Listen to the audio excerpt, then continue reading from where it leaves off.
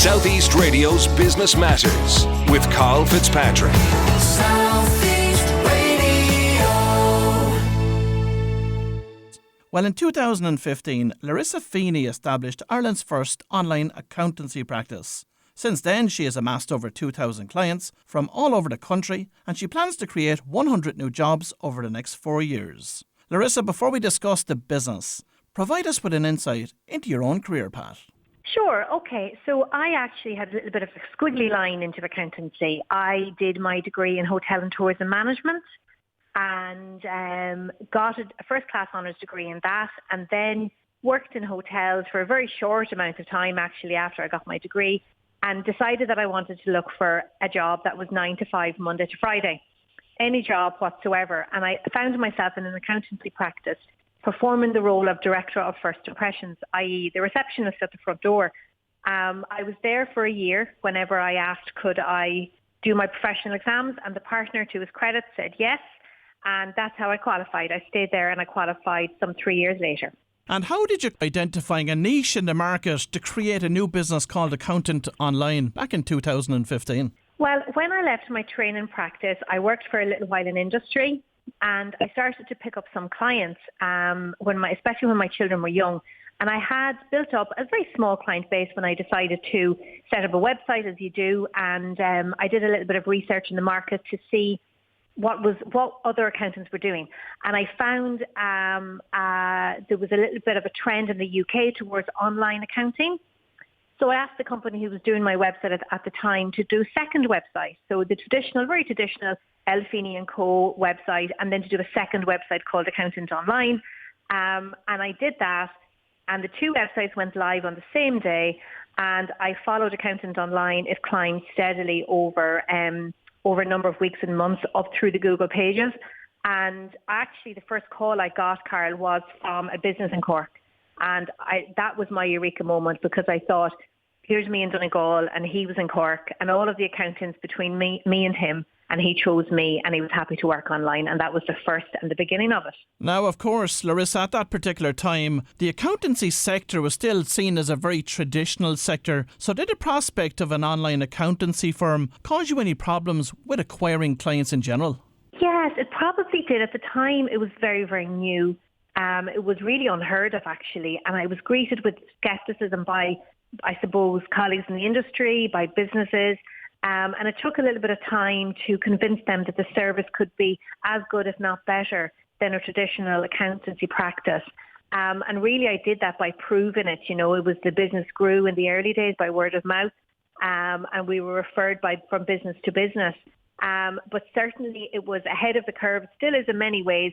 And pre-COVID, not everybody was ready to deal with an online account. So explain to me how the service works and how it's different from that of a traditional accountant. I suppose it's the way we do it, Carl. So it's how we communicate with clients. We communicate online. We're very responsive. We pride ourselves on our client service. We invest a lot in the software that we use, in our technology, and in our client service team. So talk to us about the technology that underpins the business at present. We have a wide range of technology, and we've invested hugely since 2015 in particular, especially in our onboarding system and how we onboard clients. We have, as we are chartered accountants, we are governed by AML legislation, the anti-money laundering rules, which means we have to be very, very careful on the clients that we deal with, that everything is above board, and we make sure that we tick all those regulatory boxes. So we've built a system to enable us to onboard clients as easily as we possibly can. Before we did that, it was a very manual-based system. We relied on individuals, for example, to get their passports verified in a police station or in a bank, and then they would have to send a copy to us manually. Now that's all built into our onboarding system, so it's as seamless as it possibly can be for the client. And also what we also do is we use the most up-to-date technology in the operations side of the business, which means that we're removing manual processes one by one so that we can automate as much as we possibly can. And have you taken the software that you're using off a shelf and customised it, or have you gone out there and developed new systems yourself? We've done a bit of both. There's a huge amount of software on the market for businesses, in terms like for bookkeeping software, for example. And there's also a lot of great software on the market for like CRM systems for accountancy practices and similar businesses. So we've done that, we've taken them, but we also have built some of our own processes internally to kind of link those together. And also the system that I mentioned already, our onboarding process, we built that ourselves because there was no comparable system on the market to allow us to do that. Now, Accountant Online has amassed over 2,000 clients at this stage, but what has been your approach to acquiring new clients? And indeed, what is their typical profile? Well, in the early days, we would have grown a lot by word of mouth. And then we decided to invest in digital marketing and invest in our content and how we were speaking to clients and making sure that we were answering businesses' questions, especially around the area of starting your business and how to form a company. Should I trade through a company or should I trade through a sole trader? So we answered all those questions as best we can on the website. And then we do a lot of webinars. We do free webinars on a monthly basis that we hope answers questions that would-be entrepreneurs would have. But essentially, Carl, what we've done is we've invested in our SEO, which has allowed us to grow the website to now be the most visited accountancy website in Ireland today. In terms of the traditional or the profile of a typical client for us, I suppose, we would deal a lot in small businesses. So our typical client would be somebody who's starting a business, who could be, or in the early stages of growing a business. So they could be very new to being an entrepreneur. They may be a little bit worried about what their obligations are, what the regulations are. So they may need a little bit of help in guiding them through the different rules and the legislation that's out there. And we do our very best to do that. We're also beginning to work with more traditional SME businesses to help them to scale their business or to automate their processes to allow them, I suppose, to be more efficient. Of course, we saw in the budget last week that the EWSS, the Employment Wage Subsidy Scheme, has been extended until April. The Revenue Tax Warehousing Scheme is expiring in December of this year. How do your clients feel about that, and have they any concern or trepidation about 2022? Yes, they do, and I certainly do as well, Carl. I think with the combination of what you've already said, the EWSS, the end of the tax warehousing scheme and the increase in the VAT rate for those in the hospitality sector from the middle of next year, I think 2022 is going to be a very difficult year for businesses that have been impacted by COVID.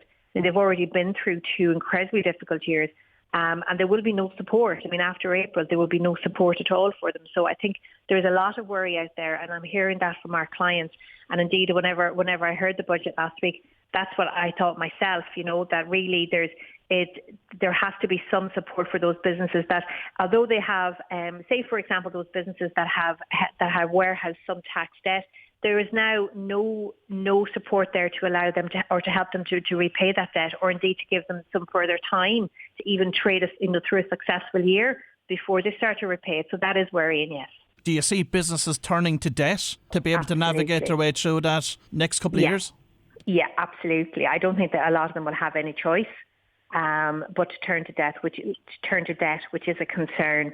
And I do hope the banks will be open to that, certainly for viable businesses.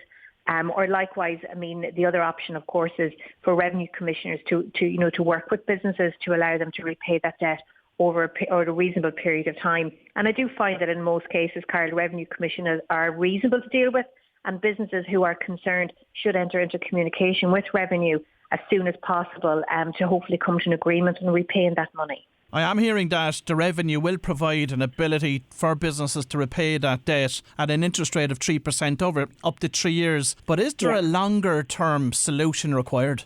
It depends on the business, and I do think that revenue would be open to looking at that on a case-by-case basis. And you might find, for example, that businesses will enter into an agreement over a smaller period of time that may be extended over time. But yes, I think for most businesses, a longer-term solution, perhaps up to 5 years, may be required, depending on how much they've been impacted by the pandemic. Now, you recently announced that Accountant Online is projecting a €10 million turnover by 2026. What will fuel the growth over the next 5 years to achieve that? Well, what will fuel the growth is a combination of a couple of factors, actually. We are forecasting a growth in our client numbers through either our own clients will naturally grow with us, so that's fantastic. And also we are entering into, as I mentioned, into the SME market. So we do anticipate growth in that area. That's an area that we haven't really dealt with before. We generally focus on smaller business.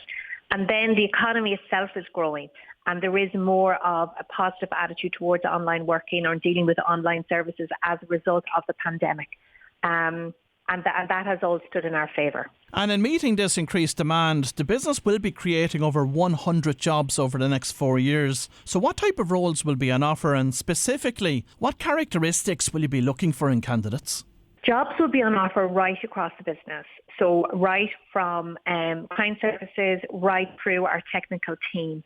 In particular, we'll be looking for professional staff. So we'll be looking for trainees and skilled qualified individuals in all areas, from company secretarial right through to accounts production and taxation services. We'll also be recruiting, though, graduates in technical qualifications to help us continue to develop our online offering and the software that we use, and to automate those processes as we grow. Well, if you've just tuned in, that was Larissa Feeney from Online Accountant, and we wish Larissa every continued success with growing her business. Southeast Radio's Business Matters with Carl Fitzpatrick. South